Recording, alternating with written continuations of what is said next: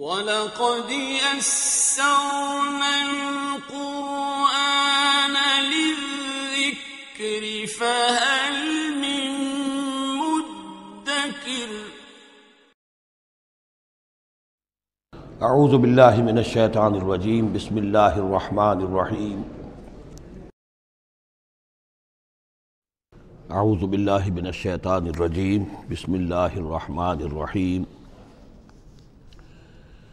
الم تروا ان اللہ سخر لکم ما فی السماوات وما فی الارض واسبغ علیکم نعمہ ظاہرۃ وباطنہ ومن الناس من یجادل فی اللہ بغیر علم ولا ہدی ولا کتاب منیر صدق اللہ العظیم۔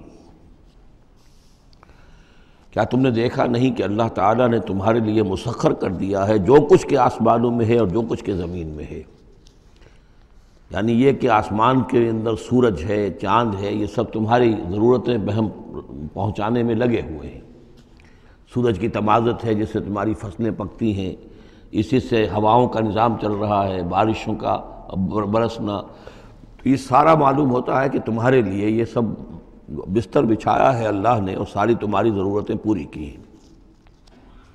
وَأَسْبَغَ عَلَيْكُمْ نِعَمَهُ، اور اس نے تم پر اپنی ساری نعمتیں مکمل کر دی ہیں، پوری کر دی ہیں۔ ظاہرۃ و باطنۃ، یہ نعمتیں ظاہری بھی ہیں، باطنی بھی ہیں، جو باہر سے نظر آتی ہیں، دکھتی ہیں، جن کو ہم استعمال کرتے ہیں۔ بہت سی نعمتیں وہ جن کا ہمیں احساس ہی نہیں ہے، ہمارے وجود کے اندر کیا کچھ اللہ تعالیٰ نے ودیت کیا ہوا ہے اس کا ہمیں پوری طرح احساس بھی نہیں۔ وَمِنَ النَّاسِ مَن يُجَادِلُ فِي اللَّهِ بِغَيْرِ عِلْمٍ، یہ آیت آ چکی ہے سورہ حج میں۔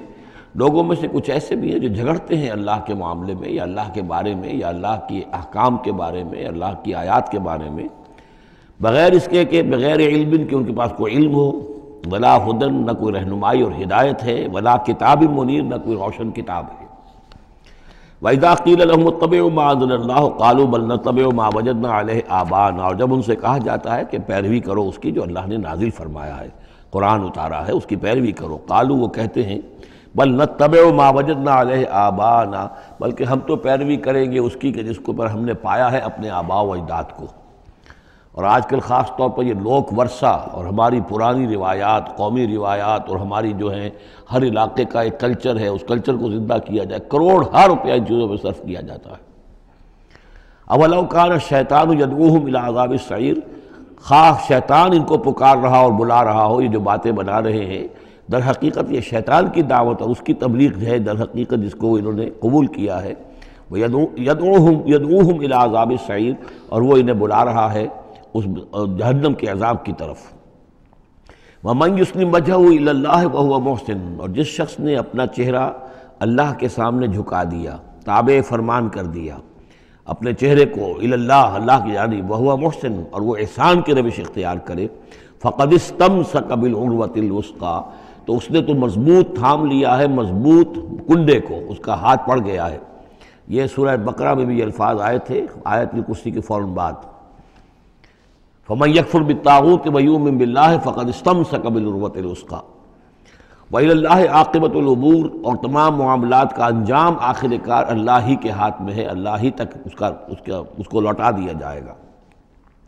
وَمَن كَفَرَ فَلَا يَحْزُنْكَ كُفْرُهُ، اور اے نبی جو کفر کر رہا ہے تو آپ اس کے کفر اور کفر کے لیے جو وہ بھاگ دوڑ کر رہا ہے اس سے آپ پریشان نہ ہو، دلگیر نہ ہو۔ الینا مرجعہم، میری طرف ان سب کو لوٹنا ہے، فننبئہم بما عملوا، ہم انہیں اچھی طرح بتا دیں گے، جتلا دیں گے جو کچھ کہ انہوں نے کیا تھا۔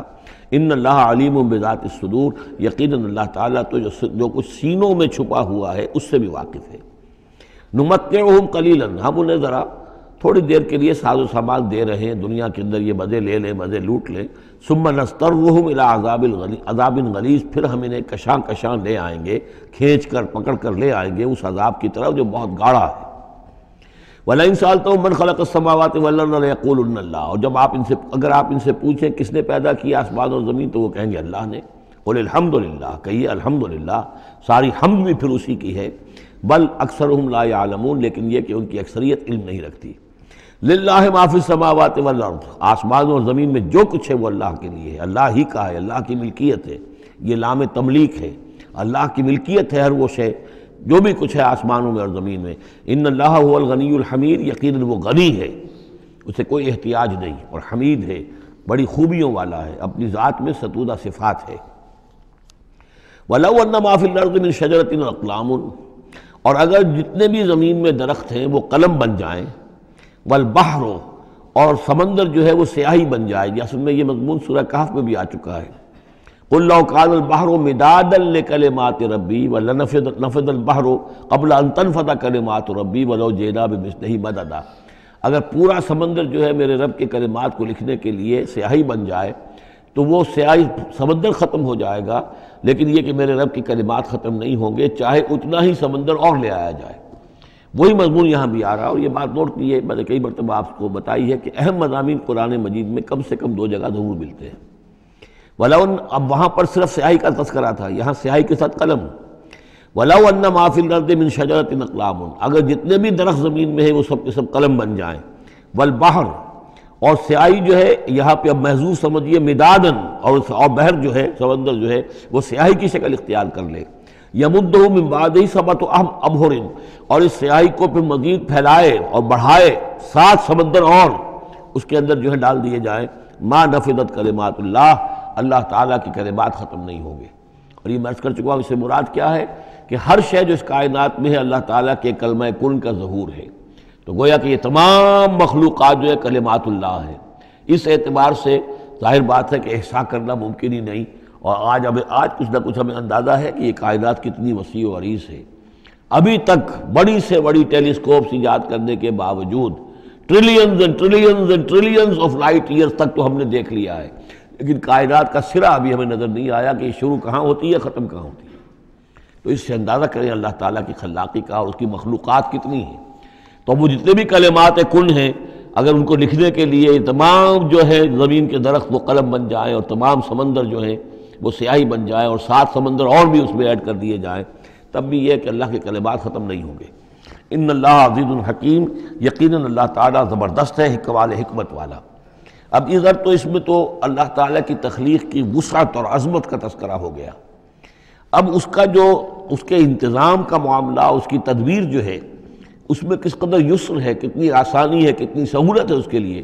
یعنی اس کائنات کو جیسے کہ سورہ بقرہ میں آیت الکرسی میں بھی آیا تھا وَلَا يَؤُودُهُ حِفْظُهُمَا، یہ آسمانوں اور زمین کی حفاظت اس پر کوئی بھاری نہیں ہے، مشکل نہیں ہے، اس کو جو ہے اس کے تھامنے میں، اس کے چلانے میں کوئی اس کے لیے یہ کام بوجھل نہیں ہے، وزنی نہیں ہے۔ وَلَا يَؤُودُهُ حِفْظُهُمَا وَهُوَ الْعَلِيُّ الْعَظِيمُ، تو اسی کو یہاں فرمایا مَا خَلْقُكُمْ وَلَا بَعْثُكُمْ إِلَّا كَنَفْسٍ وَاحِدَةٍ، تم سب کو پیدا کرنا اور تم سب کو دوبارہ پیدا کر لینا اللہ تعالیٰ کے لیے ایسے ہی جیسے ایک نفس کا پیدا کر دینا، اللہ کے لیے یہ اتنا یسیر ہے۔ ان اللہ سمیع بصیر، یقیناً اللہ تعالیٰ سمیع ہے اور بصیر ہے۔ تو گویا کہ ایک ہے اللہ کی تخلیق کی وسعت و عظمت، وہ تو کلمات الہی، اور ایک ہے اللہ تعالیٰ پر یہ کتنا ہلکا ہے، اہون علیہ، یہ اس کے لیے بہت آسان ہے، یسر اور سہولت۔ اللہ تعالیٰ اس کے انتظام کو اور اس کو جو لے کر چل رہا ہے اس پر